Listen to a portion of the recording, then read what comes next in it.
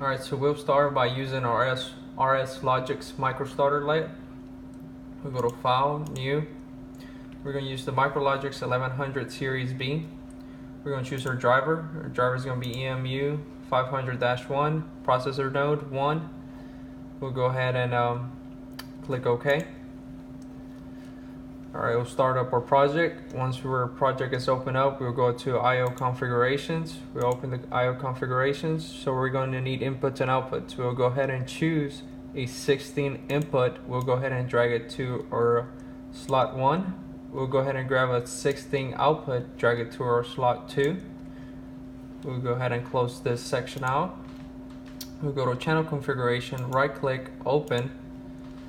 We're going to go configure channel 0. Channel 0, we're going to make sure we put this at DH485. We'll move on to channel 1. On channel 1, we just have to make sure that the boot P enable is selected. And it is. We'll go ahead and press OK. So now what we do is we're going to go ahead and add a run to our ladder.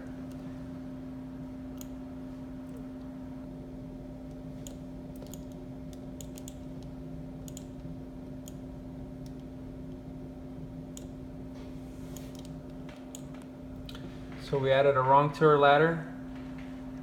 So now all we're doing is we're going to add 2 inputs and 1 output.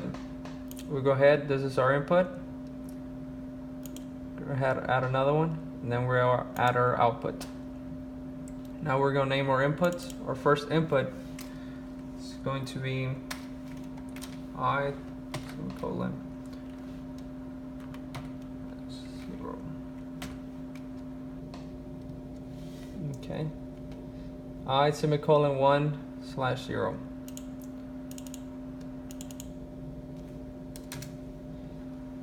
Alright, we press enter. We get to put our name or input. This is going to be input 1. We have to name our symbol also. It's going to be input 1. Go ahead and name it.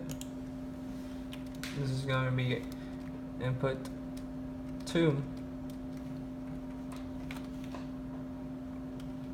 Semicolon. So the 1 here tells you the slot on the PLC. Then your slash will tell you which output. So this is going to be output 1, which is basically 2. We will name it input 2.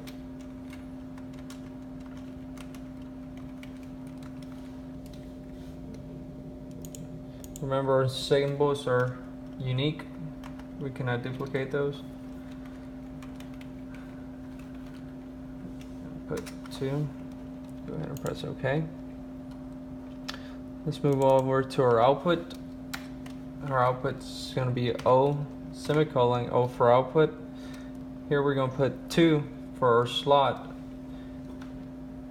backslash 0. 0 is the position, which 0 is your first one. Press enter. We get to name it. This is going to be output 1. Again, our symbol. Output 1.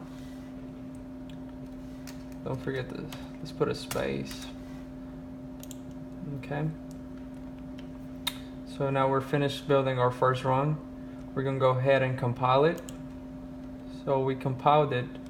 Now we get to save it. File. Save as. Let me go ahead and name this PLC. Let's name it Lab 1. Okay, we'll save it. So now we're going to move over to our emulation 500. We're going to open up that file open. We're going to look for it. Here it is, Lab 1 PLC. We'll go ahead and open it. So when we open it, it brings us to this prompt here, and we have to assign a station number. So the way we determine the station number is by looking into our RS link. We'll open our stations, and as you can see, our workstation, it's 00, so we'll name ours 01.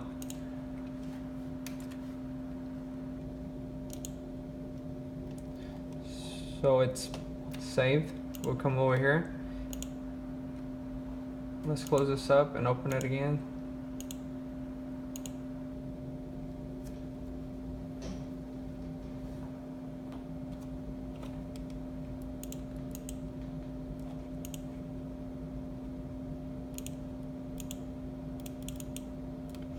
So you can see it, I had to close it out and reopen it so it could load in.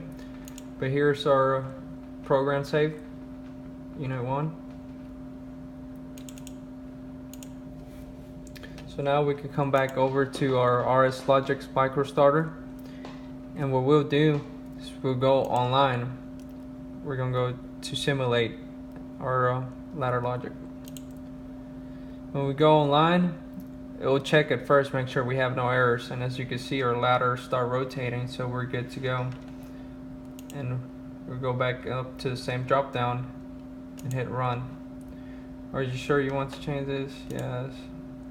So as you notice, our blue lines on the side of the ladder turn green. That means we're active.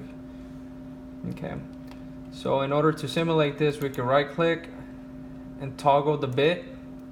By toggling the bit, it will energize that input, and you will see it by changing colors. So now we have our first input's energized, our second is not, and our output is not.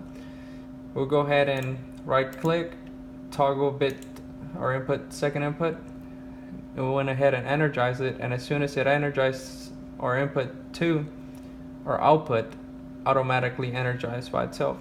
So if we was to de-energize our input 1, our output would de-energize also. And I believe that's all for this section.